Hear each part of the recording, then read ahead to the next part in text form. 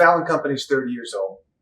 Our core values are vision, making big, bold bets, character, the people and the projects, passionate team, and teamwork. Those are all critical components of what make us special. We can compete against larger competitors by having greater access to our principals, by owning the company ourselves, by being the investors in our own projects and our own companies. All of those things make us competitive against larger, also great firms. We're in Boston, Charlotte, Raleigh, and Nashville. Those markets, we're going to continue expanding it. We have a just over 4 acre piece of land in Sullivan Square, which is entitled for about 800,000 feet of life science. I love Sullivan Square. I think with a new stadium investment, with the casino, with all of the projects permitted there, it's going to be a great area in the next 10 years. We're working on a project at 500 Huntington Ave. That's a approximately 700,000 square foot life science project, 2 buildings in the Longwood medical area. Longwood's always going to be big. It's always going to be important. So we're making a large investment there. We have our condominium project at Fampier. That's the final building at Fampier, building 9, I believe. And we have some great projects in Charlotte. About a 300 unit apartment project that broke ground last week, actually, in Charlotte, along with approximately 16 acres of housing, hotel, and office in the south end of Charlotte. In Raleigh, we completed our about 280,000 square foot office building during COVID called Raleigh Crossing. And adjacent to that is an entitled site for about 300 units, just over 300 units of apartments in downtown Raleigh. Nashville is extremely exciting. So we are the master developer for about 30 acres on Nashville's East Bank. That will be 12 to 15 buildings over the next 15 years, 20 years. It's immediately adjacent to the Tennessee Titans Stadium. That's a $2.3 billion stadium, which is, the whole thing is extremely exciting. It's adjacent to the Cumberland River. And we have another project that's near Vanderbilt that's a condominium project. So Nashville's a big market for us, and we're going to be growing our personnel there. I think we're one of the largest, if not the largest developer in Nashville right now, once we execute and get going. I have had some incredible mentors, people who've spent time with me, and extremely honored to call them mentors. One of the things I think about is how to make sure I'm providing value to them when they're providing so much to me. And I realized as I've started to work with some of our students from the Street to Ivy program or younger employees, the value comes in seeing the people be successful. Welcome to Boston Real Estate Times. Our guest today is the Fallon Company CEO, Mike Fallon. Mike, welcome to our show. Thank you for hosting me. It's so wonderful to be here at the so-called Fampier of the old days, and now the thriving Seaport District here. And you have a beautiful office, beautiful view. Thank you. I'm sorry it's not a beautiful day, but the Seaport's really active right now. Snowport's going on, and the marina's going. Excellent. Good. And thank you so much for your time. So today our goal is going to be to get into the mind and heart of Mike Fallon. Oh, great. Who is he? Now, before we come to that, let's first start with an overview of the Fallon Company today. What the company is doing today, what are some of its major projects? Well, thank you for asking. My father, Joe Fallon, founded the company in 1993. So we're now about 30 years old and 31. We started in the Seaport, and Joe had started as a developer prior. But when he founded the company, he started in the Seaport, the Park Lane apartment, about 440 apartments, the Weston waterfront, Renaissance here, and then Fampier, which was the big project in 2005-06. This project's been about 3 million feet, about $4 billion, give or take. Very major project. And I think widely thought of as the catalyst for the Seaport. Yeah, it's in the direction of the Seaport. Sure. Now, since I joined the company in 2013, we have expanded into Charlotte, Raleigh, and Nashville. That was opportunistic expansion because of the markets, all of the reasons you might think. on some of the reasons we went down there. Population growth, business-friendly environment, all of the things that make, and climate. Actually, it's just warmer. So we're now doing a very large project in Nashville. That's like the fan pier. And it's going to be north of 12, 13 buildings. And that's in the East Bank in Nashville. And we're doing projects in Charlotte and Raleigh. And what about any new projects coming up in Boston? We have 3 great projects in Boston. So the final fan pier building, that's actually, you can see it right here behind you, but I know it's not on the camera. Sure. That is the final, it's our Parcel H, which is our residential condominium building. And how many units? It's about 120 units. And that is actually on its 10, 12 floor right now. So that'll be constructed in about 16 to 18 months. Excited about that. And then we have 2 development projects. We have 66 Cambridge Street, which is in Sullivan Square. It's just over 4 acres. The whole Sullivan Square neighborhood, I think, is it's going to be prime for development. Sure. With Stephen Davis buying about 100 acres over there, the Flatley's building, and the stadium might happen now, which would be great.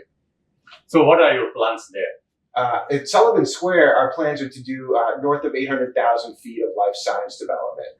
Beyond that, there are other parcels that may become available for residential and for hospitality. Now, I'm glad you brought life sciences. So Yes. I have to ask you this because 3-4 years ago, life sciences was the fastest growing, so much demand. And now the market slowed down, and also it is having some severe impact on the development side of the life sciences market. What do you think? Actually, your seaport district here really drew a lot of life sciences companies. So, what is your forecast about the life sciences industry in New England, especially in Boston and Cambridge? You're exactly right. In fact, I think you're being very gracious in how you're describing it, because it's been a really bad past 2 years. Sure. That 2018 to 2022 period, we had a sugar high. We had low cost of capital, so we were building very cheaply relative to rents. Sure. We had extremely high demand and very low existing supply. So a lot of speculative development happened. Now, we got a lot permitted as a city. I think a lot of that won't probably start for a long time. And we have 2 projects, not only Sullivan Square, but we're doing about 800,000 feet, 700,000 feet in the Longwood Medical area. So if you're familiar with Wentworth Institute of Technology, Sure. at 500 Huntington, they have a field. And we're going to be doing 2 buildings in that field. The angle for something like Longwood Medical Area or Kendall Square, those nodes where you have institutional presence, I feel very comfortable. I mean, no doubt about when it comes to the medical and the Longwood area, Yes. you can never fulfill the demand they have, right, every day. So now again, coming back to still your company has commitment to life sciences today. Why you are so optimistic about life sciences? So I'm optimistic about life sciences because we have 2 actually more, but 2 world-class research institutions. Plus, in Harvard and MIT. Sure. Plus, we have all the other institutions here with knowledge capital, knowledge base. As more disruption happens in life sciences and technology, for example, artificial intelligence could unlock a whole lot of discovery in life sciences and pharma. We think that the forefront of that change will be in Boston. So, very bullish long-term on Boston life sciences. Short-term, some of these projects aren't going to pencil out. They'll change uses. And the ones that are solid locations at good basis, good price basis will work. Now, you mentioned the Longwood medical area. And also there is a lot of demand for the medical research as well. Do you have any plans to expand in that area as well? Well, we have 2 buildings, so we can do different uses in the buildings. The whole bed-to-bench theme of patients to the research being in close proximity is a thesis we believe in. So Longwood medical areas certainly will have demand. As the institutions expand, Children's Hospital has a new capital campaign. Dana-Farber's doing a new deal. Beth Israel. So we're very bullish. So now if you take the entire portfolio of your organization, Like what percentage you think is in the multifamily, what percentage in the commercial? So we think of it in two terms: square footage and dollar volume. In dollar volume, we're probably 60% commercial, 40% residential, and give me a little bit of space on that. Sure. In terms of square footage, because of the cost to build in the Southeast, we're able to do more footage per dollar. So in the Southeast, we have about 60% of our square footage coming up, maybe 70. But the dollar amount is probably about 50 to 55% of our pipeline. So, Mike, you mentioned earlier that you joined this Fallon Company in 2012. I think it was 2013. 2013. But I was exposed to it for years. And that was going to be my question. That I read in your bio that you work at the Turner Construction. So how many years did you work, and how was that experience, and how that helped you here? Well, one of the great things about my experience in real estate is development's an apprenticeship business. You have to be around it to learn it. And I was around it all the time from my dad. So everything from listening to calls in the car, on the car phone, the ones that you had to put down, and to being around meetings. When I was in high school, I was doing construction work in the summers because, honestly, just because the money was good. And I started to develop a little bit of talent for some of the construction jobs I was doing. Undergraduate degree was in international relations economics, so it was not clear that I was going to go into this field. When I got out of school, it was 2011. It was still pretty challenging job market for economists. So I ended up working for Turner Construction as an engineer, as a materials. Why didn't you ask your dad to give you a job there? You know, it's funny. As the son, you have a little bit of a chip on your shoulder about, having things given to you versus earning it, and the perception of that. What I'll tell to other folks who maybe are a little younger than me, who are the son or the daughter going into a family business, besides all of the dynamics of the relationship, which is critically important, it takes both people, is that you lose the chip, I think, after your first deal or two. Once you've made, some successful deals and you realize you have, you're okay at this, you lose it. So after working with construction, I got 2 masters. I got finance at Bentley and construction management at Wentworth. And I started working on everything from the leasing to development, and broke into the Charlotte market in 2016.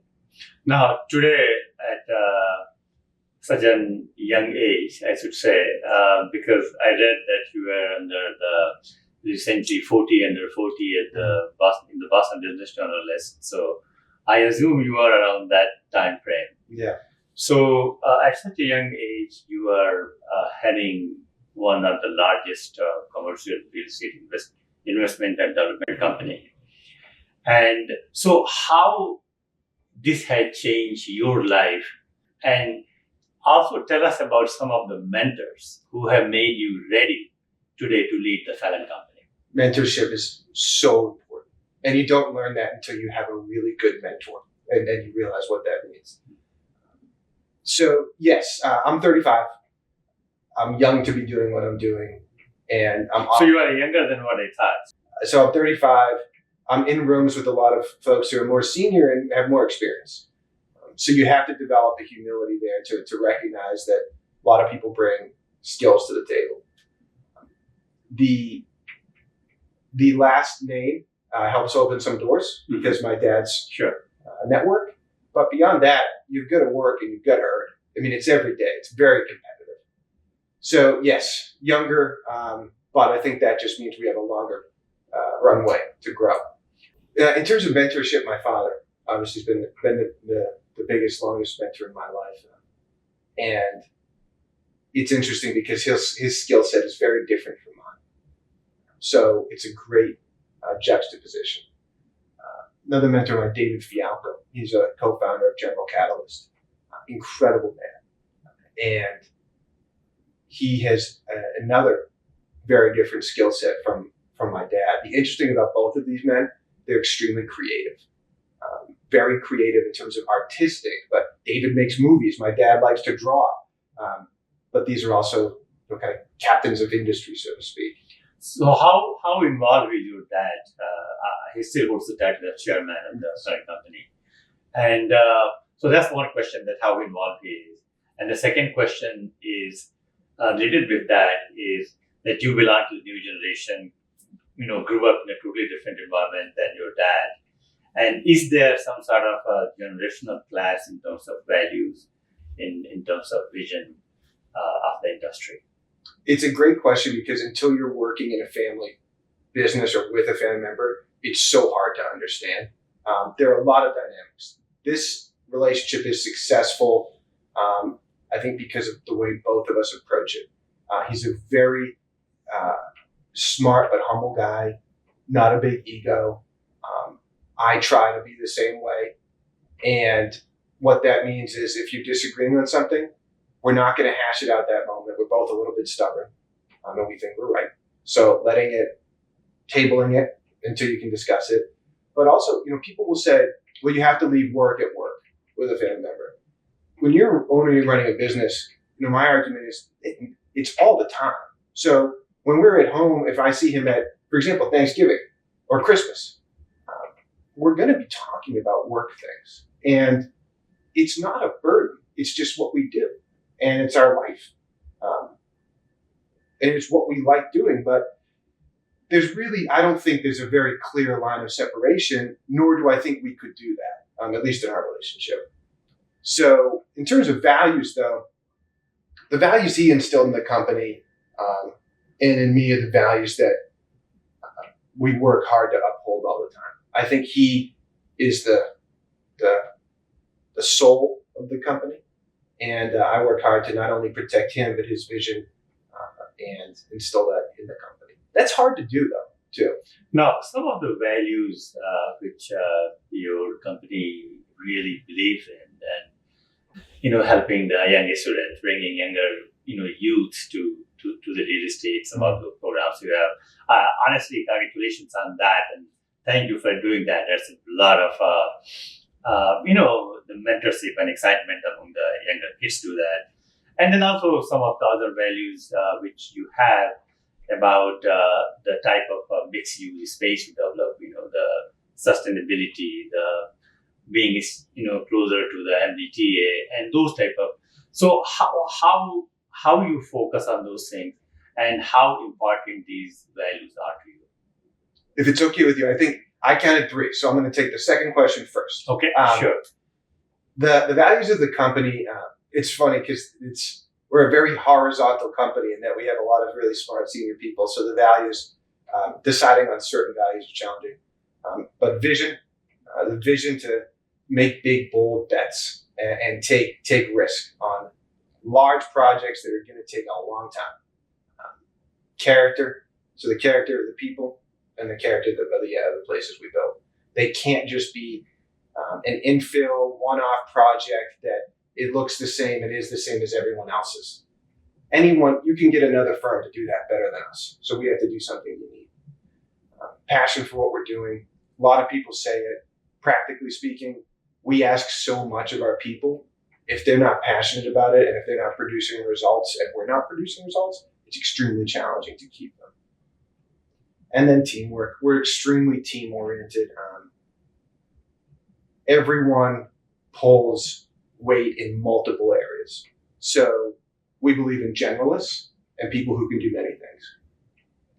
In terms of things that we're doing with sustainability, our big project in Nashville, which is the East Bank project, that is about 30 acres, 3-4 million feet.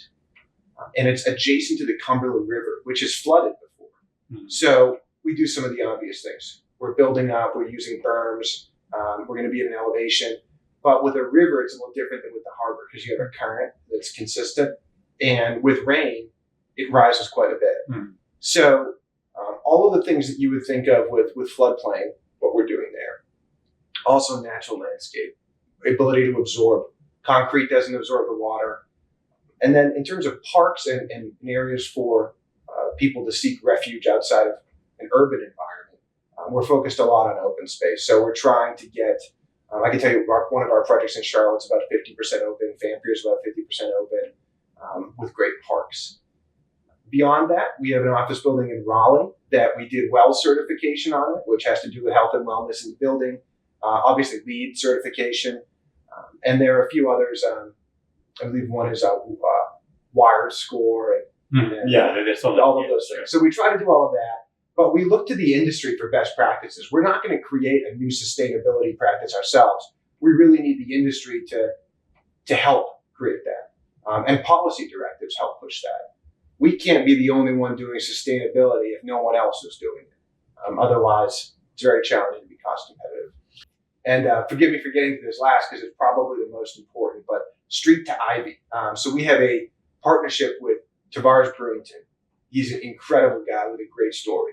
And I was introduced to him by the president of the NAACP in Boston. Tavares had a program called Street to Ivy, which was about youth entrepreneurship. And we partnered with him 4 years ago to create a program for entrepreneurship, but really real estate focused. And this program has helped we've had about 80 students go through it. There's mentorship, continuing mentorship. I actually had a meeting today with one of the former students. And the program focuses on everything from giving the proper handshake introduction, what a business card should be like, to how to build credit and a credit score. And then their capstone projects after this 6 to 8 week course is how to, it's actually pitching a investment property for purchase, renovation, sale, really entrepreneurial. This helps the students in creating a range of skills that they otherwise might not have, gives them mentorship, continuing, but it also helps to drive economic development and investment in areas that are historically underinvested. The thesis is, well, who are the best people to invest in and generate opportunities in a market like maybe a Mattapan that's had less institutional investment? Sure. Well, maybe someone who lives there knows the community. Mm-hmm. And that's the thought process. So I'm really excited. We actually had our first student buy their first home with their parents this year. Sure. I know I'm a big fan of that program, and whenever we get to, we always write something about that. And, it's great. Excellent. And they're great students. Okay. Now, since you had mentioned earlier ego. Yeah. So I have been raised and told that, ego is the destroyer of everything. Yeah. So now, when you talk about ego in commercial real estate, even ego is at the peak. Everybody has some sort of ego, whether you're a developer or a broker, architect, anybody, because this is what, So at 35, how do you deal with ego? It's pretty easy to become maybe a little bit overconfident, especially when I can lean on the accomplishments of a great team. So you have to have people around you that will tell you, unvarnished, when you're being a little bit too much. So you need to be told, right? You need to be told, and then I think if you can be told and get the hints and have a little bit of, have a high EQ, you can reflect on what you're doing and why. A lot of times after, for example, if I told you with my dad, if we're arguing about something or don't agree, we'll table it and come back to it. Gives you a chance to reflect, put yourself in their position. But it doesn't mean in a meeting, I'm not going to get pretty animated. We have to be strong, advocate for what we're doing. And a lot of times, we as developers, we've got community stakeholders, we've got banks, financial institutions, architects, designers, tenants, all of these people with different interests. We have to corral and align them all. And we have to be assertive. How can we be assertive while maintaining a team? That's the line. And I think that's the line with any business owner. So now, since you took over as CEO about a couple of years ago, you already had, your footprints are everywhere now. Yeah. And so now, if I ask you to look, next 5 years, which sounds like too much time right now in this space. So in next 5 years or 10 years, what is your vision about the Fallon Company? I'd love to build out the team a little bit more. We're a very lean team, and we have great people, but we have great younger people too who are growing into bigger roles. Having the best team in the business is really my goal. The best team is going to produce. And in terms of markets, we were very deliberate when we started a transition plan. This transition plan was back in 2018. We were very deliberate about what I specifically wanted to do to get out of all this work, because there were options to not do this. In terms of markets, I don't think we can be larger than a 5-market company and still do what we want to do and do it well. Heinz and Trammell Crow and Tishman Speyer, they're really good and they're really big. Our angle is different. In terms of people, 40 to 50 people, and I'm doing mostly HR. And then I'm doing fundraising, and that's about it. So in order to still be involved in development, we have to watch our scale and stay in our lane, in our niche. And the mix is going to remain the same, the commercial versus residential, same ratio? Or? I love hotels. Commercial office buildings are really good because you can differentiate so much. And residential, it's always going to be there. Sure. So how do we drive all of those things together? Fabulous retail makes all the difference. And the ability to make a place which is, there are books written on placemaking. We have to get better every day. Excellent. So now let's have some fun, a little bit about you now. So when you are not working, what is your hobby? What do you do? How do you relax? So I love boating. I grew up in Hyannis, Fort Hyannis, in the Cape, on the water in the summer. It's funny. I'm always saying I'm too busy to go on the boat, and either my girlfriend or my parents get me out there, and I say, this is the best thing ever. I love being on the water, love fishing. I'm getting into golf, and I don't get as mad doing it. So I think that's a good sign. And then beyond that, I have a dog named Dewey. He's great. Actually, it's my dad's favorite family member, I think. How old is the? Dewey's 10. 10. Yeah, he's great. He's fabulous. And I really enjoy spending time with some of my coworkers, all my coworkers, but some of the ones who are around my age. I get a chance to spend time with them. Sure. And what do you think is your biggest strength you have? My biggest strength, I think the ability to not fly off the handle, stay measured. A lot of that's because of my role in the company of being the protector. I always view myself as protecting my dad and the business and the values. Now, as CEO, I get to be a little bit more of what Dad was, which is a little bit more of the salesman, a little bit more trying to create and expand on the vision. Greatest skills is hard to say, but I would say it's probably the EQ and the ability to relate to our employees and stakeholders. And since I asked about strength, I have to ask about weakness as well. Yeah. There's a lot. Don't give me the whole list, but just give me one. I'll give you one.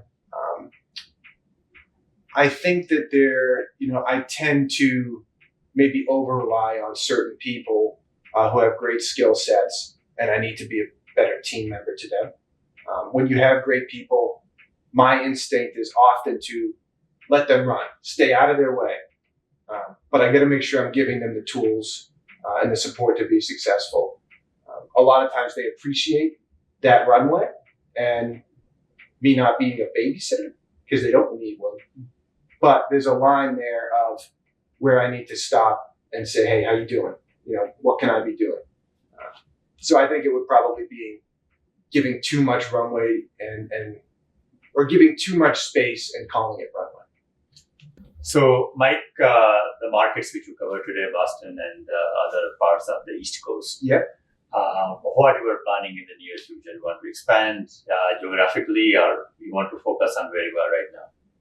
It's a great question. So we have these 3 projects going in Boston right now, the 2 life science developments of 4 buildings and then the residential here. We're going to make more investments in Boston. The dynamics in Boston are challenging right now. They're going to get better. It's a great city. In Nashville, we have, I think we're the largest developer in the city right now with the pipeline. I'd have to check that, and possibly in that whole MSA. In the short term, we need to execute. That's our reputation. We need to execute on these projects. We have the East Bank project and we have a condominium project. Charlotte, we have 2 great projects. We just broke ground, actually, a week ago on our project in Cotswold in Charlotte. But we'll be reinvesting in these markets. We have a site in Raleigh. All of the markets have great demographics. We had an opportunity to go into Texas a while ago. My thought on that was that's Lincoln and Heinz and Tishman or Trammell Crow's territory. I'd rather not be in their backyard trying to compete. Florida is a cool market. It's a short plane ride for us. Great weather. I could see us maybe ending up in Florida, but it's also a very crowded market. But right now, you do not have any project. No, not in Florida. Not in Florida. I think Dad would love a project in Florida to be down there all the time. Excellent.